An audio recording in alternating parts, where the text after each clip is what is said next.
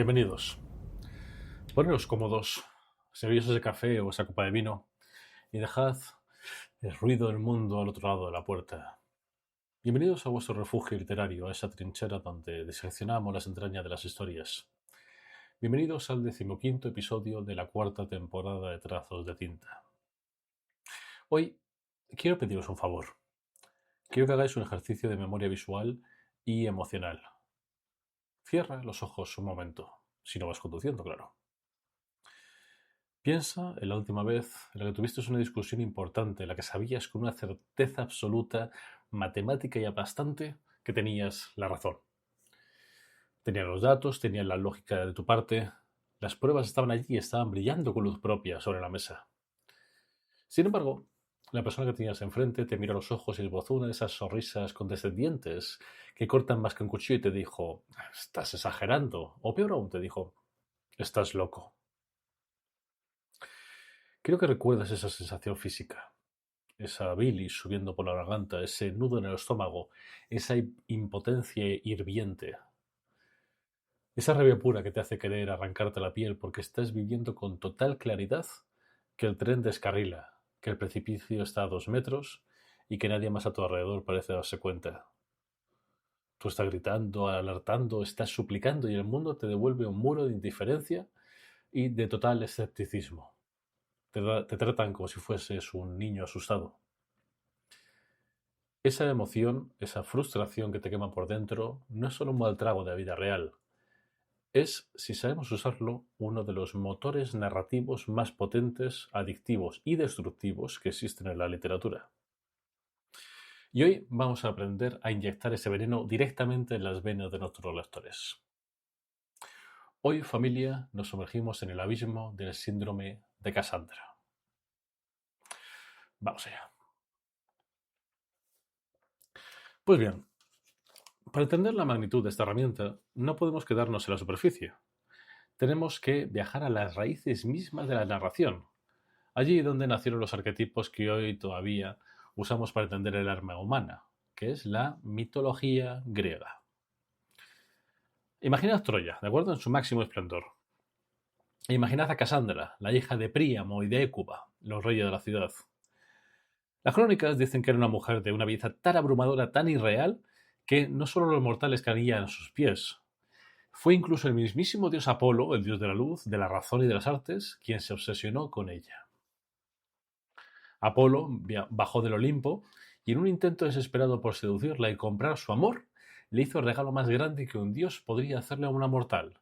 Le concedió el don de la profecía. Cassandra abrió los ojos y de repente el velo del tiempo desapareció.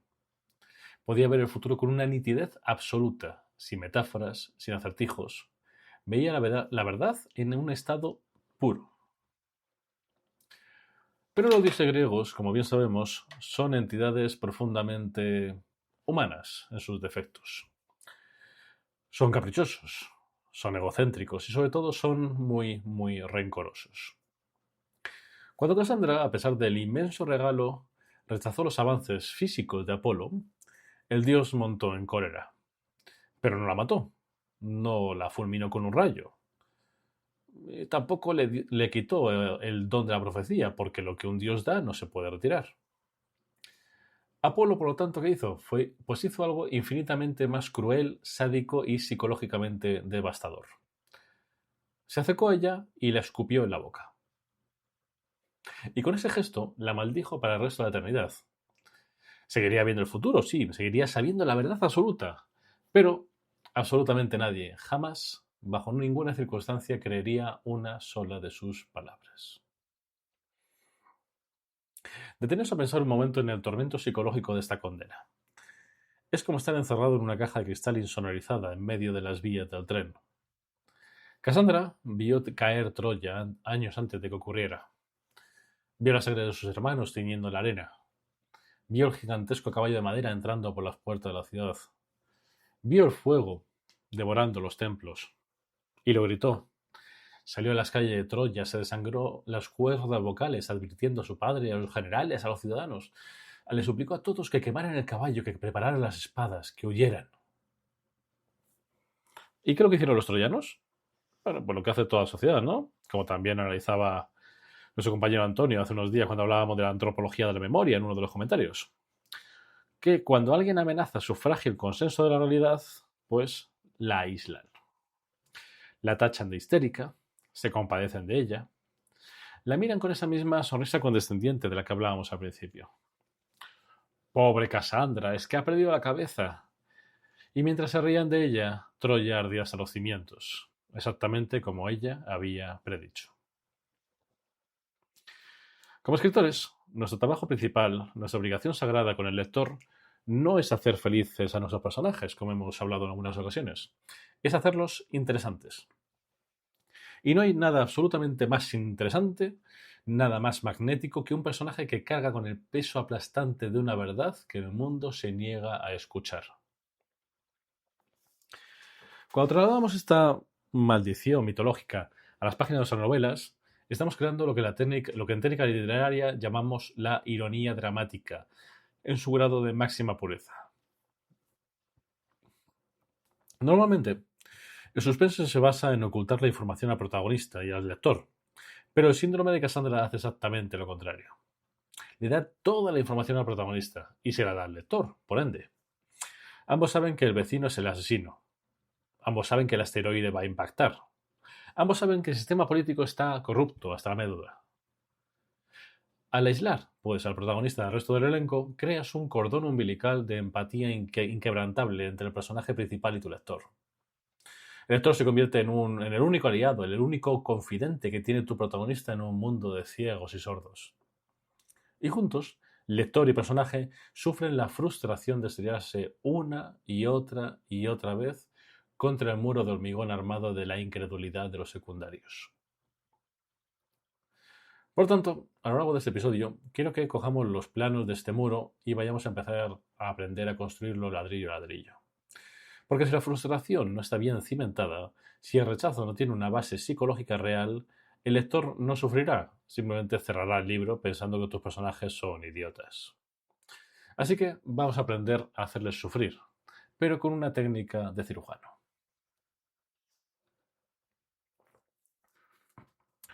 Pues bien, hasta ahora y con todo esto que hemos dicho, ya hemos establecido el peso emocional de la maldición de Cassandra. Ya sabemos que queremos que nuestro protagonista grite la verdad en el desierto y que nadie le haga caso. Es el sueño húmedo de cualquier autor de suspense, thriller psicológico e incluso de ciencia ficción, me atrevería a decir. Pero aquí es donde la mayoría inmensa de los escritores, especialmente cuando están empezando con sus primeras novelas, se estrellan contra la pared.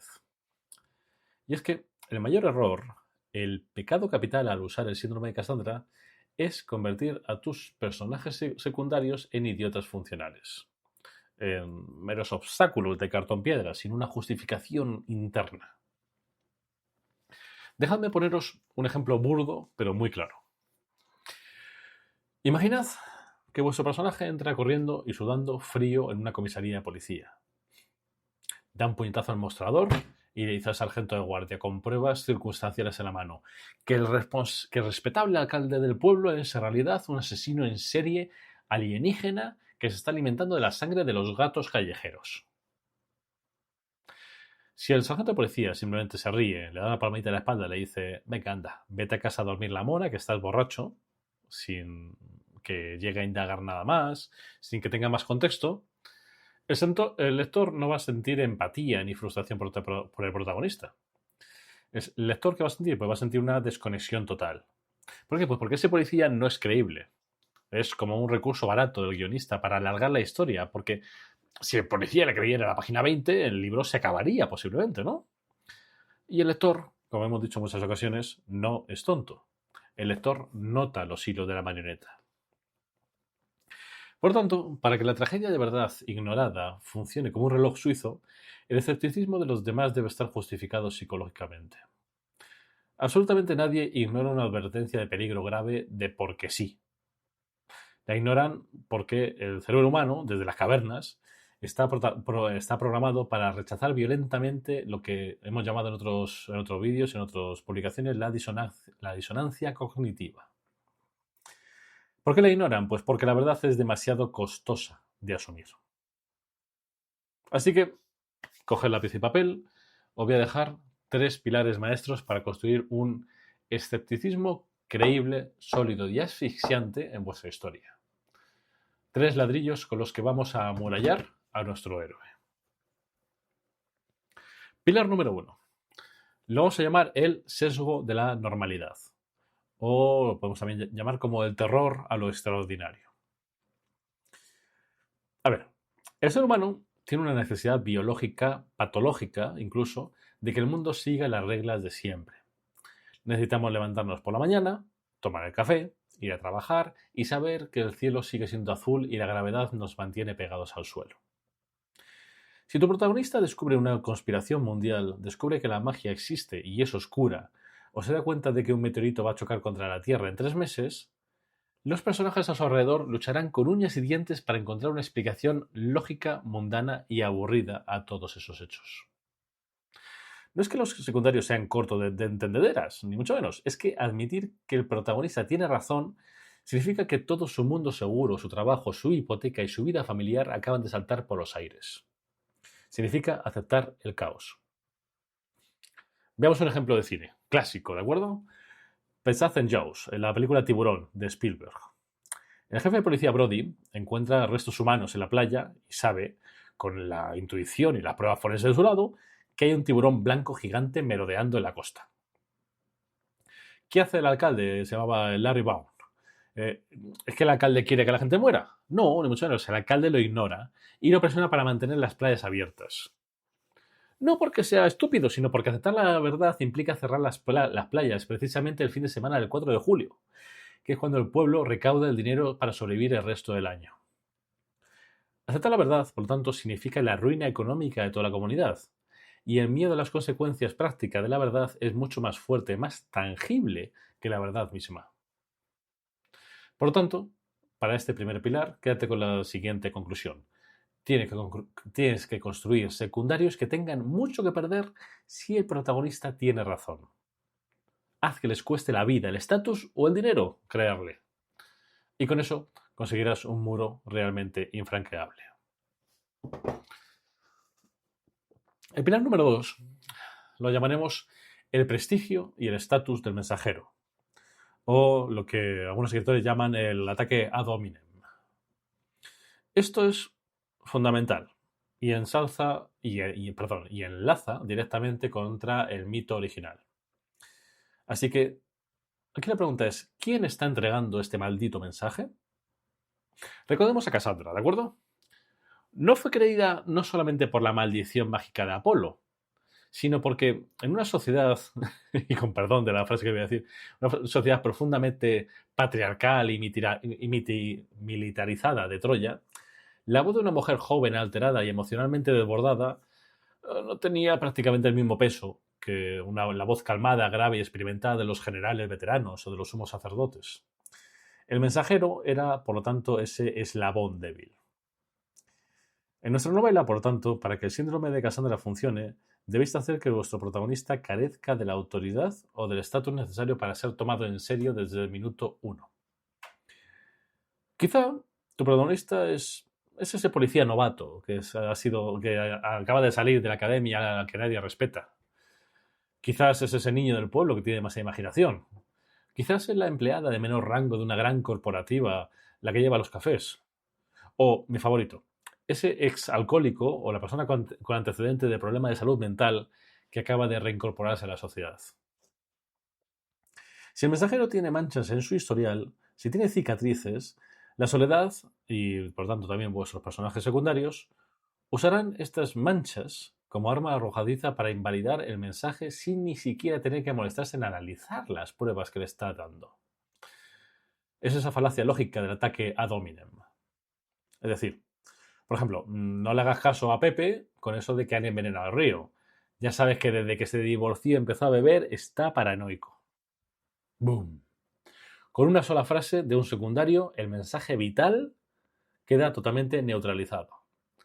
Y el lector, que sabe que Juan o que Pepe no está bebiendo, que Río sí que está envenenado, se estará tirando de los pelos y odiando profundamente a ese secundario.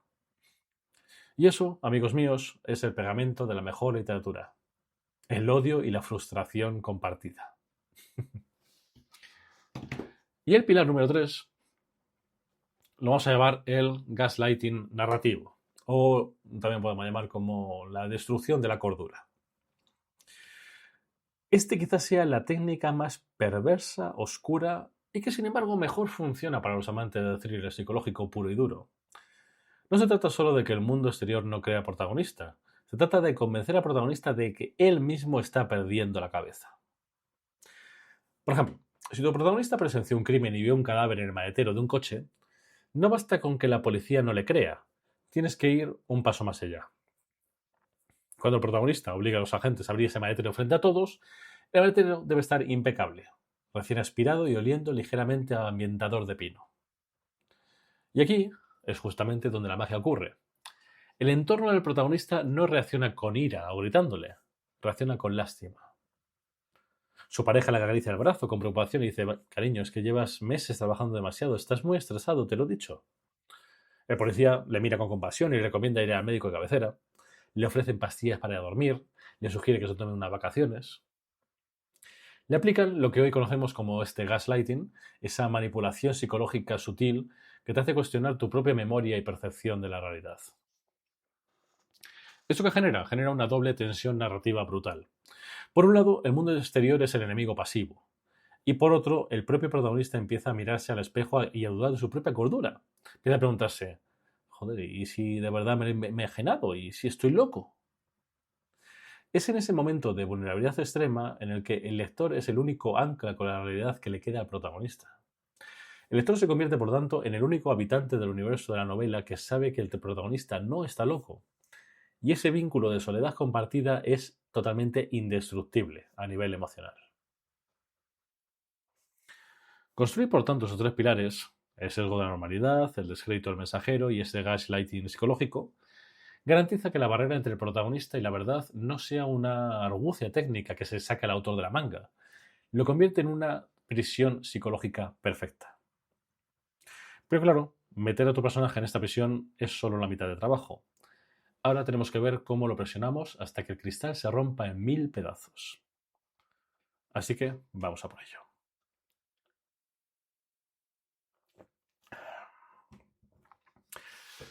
Pues bien, con esto tendríamos a nuestro protagonista encerrado en su prisión de cristal.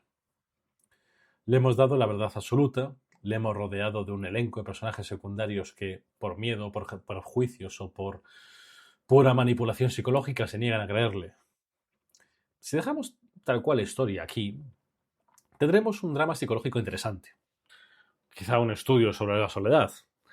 Pero nosotros no queremos escribir solo algo interesante.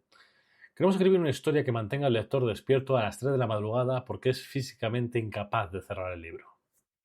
Queremos tensión. Queremos que la cuerda esté a punto de romperse en cada capítulo. Y para lograr eso, necesitamos aplicar lo que yo llamo la arquitectura de la frustración. ¿Qué quiere decir esto? Quiere decir que no basta con que no le crean. Esta incredulidad tiene que tener consecuencias letales y escalonadas. Tienes que ir ahí apretando los tornillos. Por lo tanto, para poder conseguir esto, os traigo las 3 fases para llegar a vuestro protagonista y a vuestro lector, tal cual, al límite absoluto del colapso. La primera fase, la hemos hablado directa o indirectamente en algunas publicaciones, es la cuenta atrás, o lo que también se puede llamar como el peso del tiempo. El síndrome de Cassandra no funciona si la amenaza es abstracta o lejana. Cassandra no decía: algún día Troya caerá.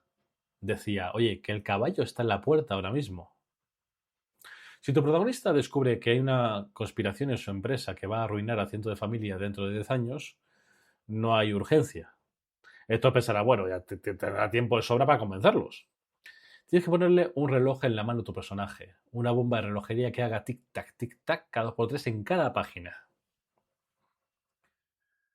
El asesino en serie, que tu protagonista ha descubierto, siempre ataca las noches de luna llena. Por ejemplo, y la próxima luna llena es mañana. O el asteroide impactará en 72 horas. O el ritual sectario del pueblo se completará en el solsticio de invierno, que es la semana que viene. Cuando juntas una verdad ignorada con un límite de tiempo inamovible, la frustración se multiplica por 1000.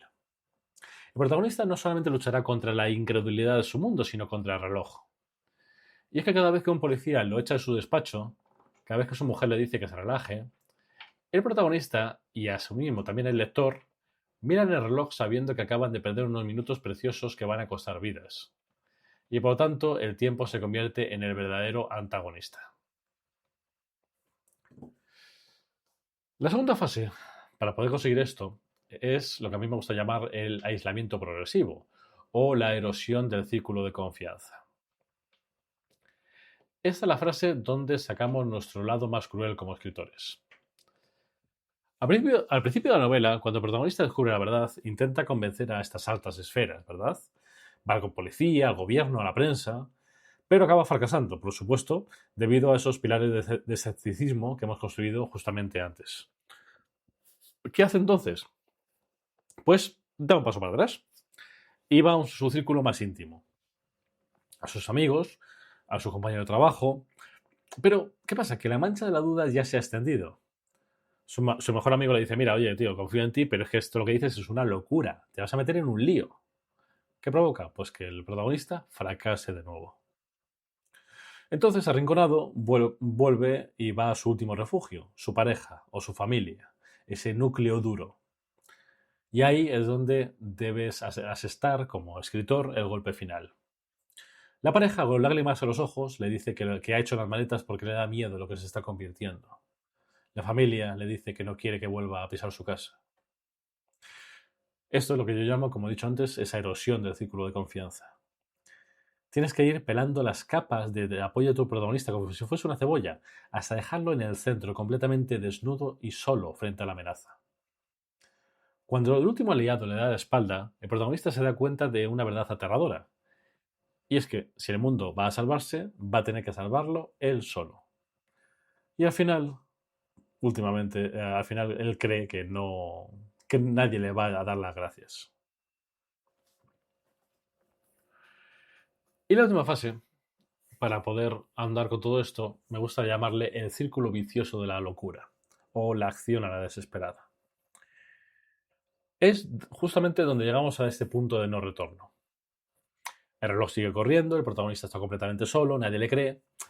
¿Qué hace, pensadlo sinceramente, qué hace un ser humano acorralado cuando sabe que algo terrible va a pasar y las vías legales y lógicas se han cerrado? Pues toma decisiones desesperadas y cruza líneas morales.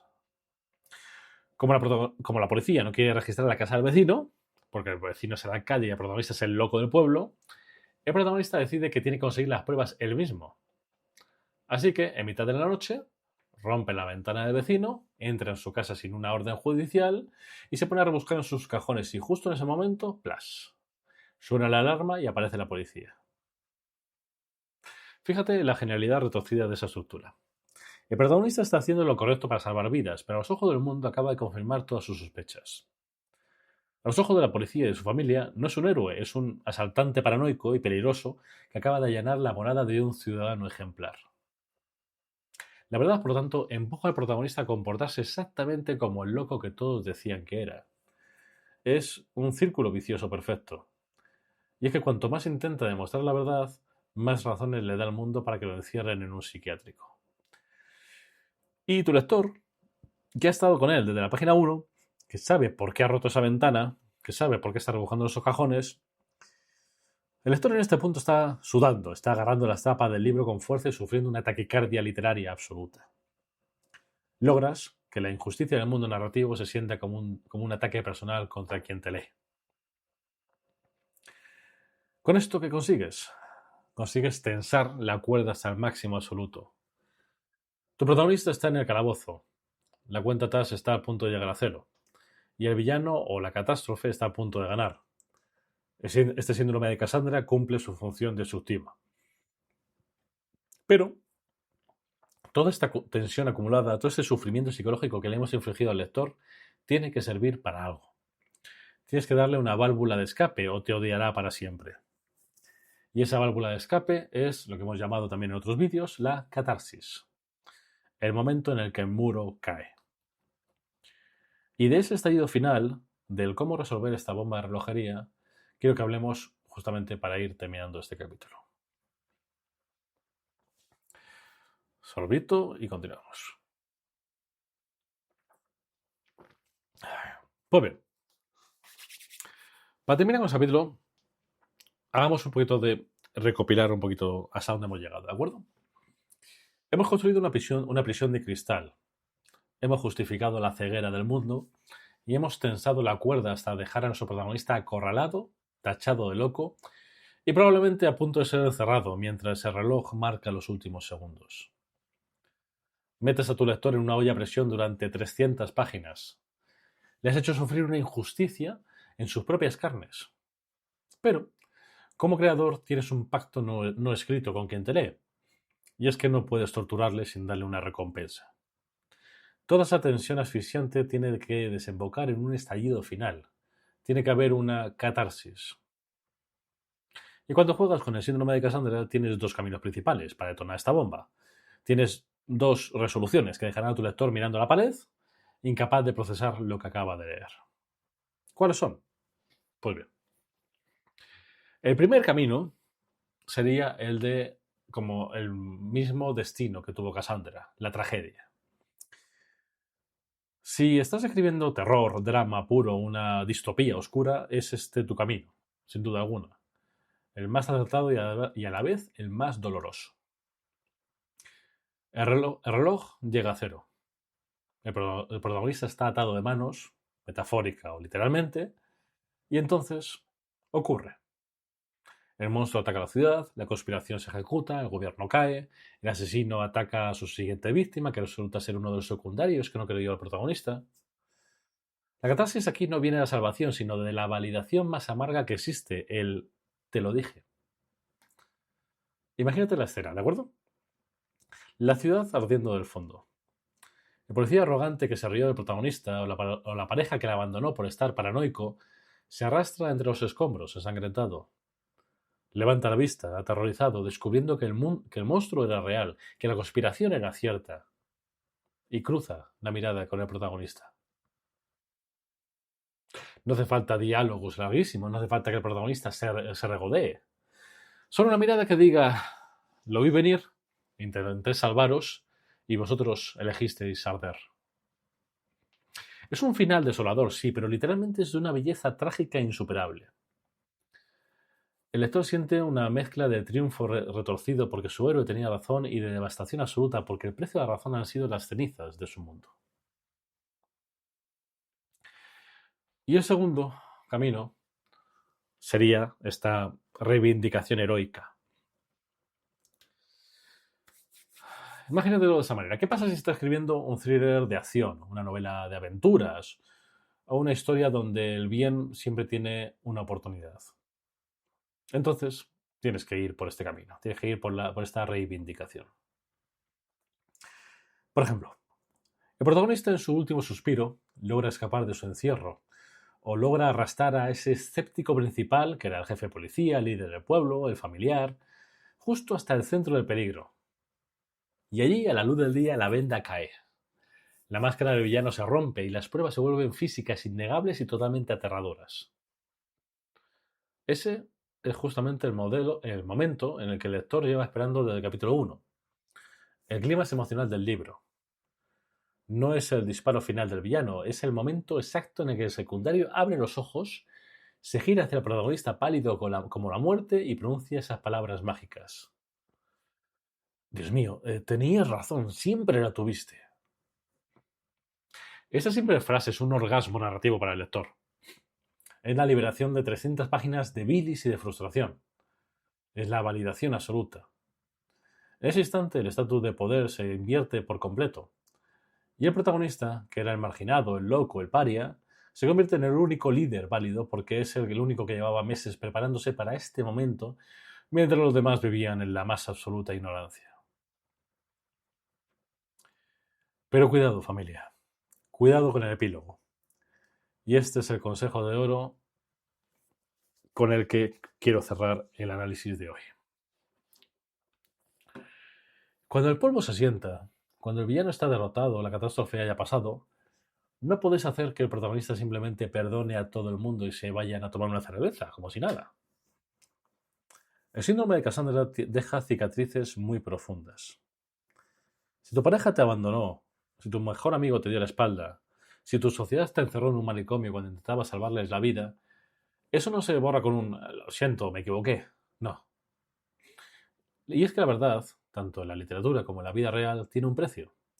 Y el precio es la pérdida de la inocencia en las relaciones. El protagonista descubre de qué pasta está hecho realmente su entorno cuando las cosas se ponen feas. Al final de la novela, el protagonista ha ganado, sí, es un héroe también, pero es un héroe que está mirando a sus seres queridos y a su mundo y sabe que en el fondo de su alma, que en su momento de mayor debilidad y necesidad, le dejaron solo en la oscuridad.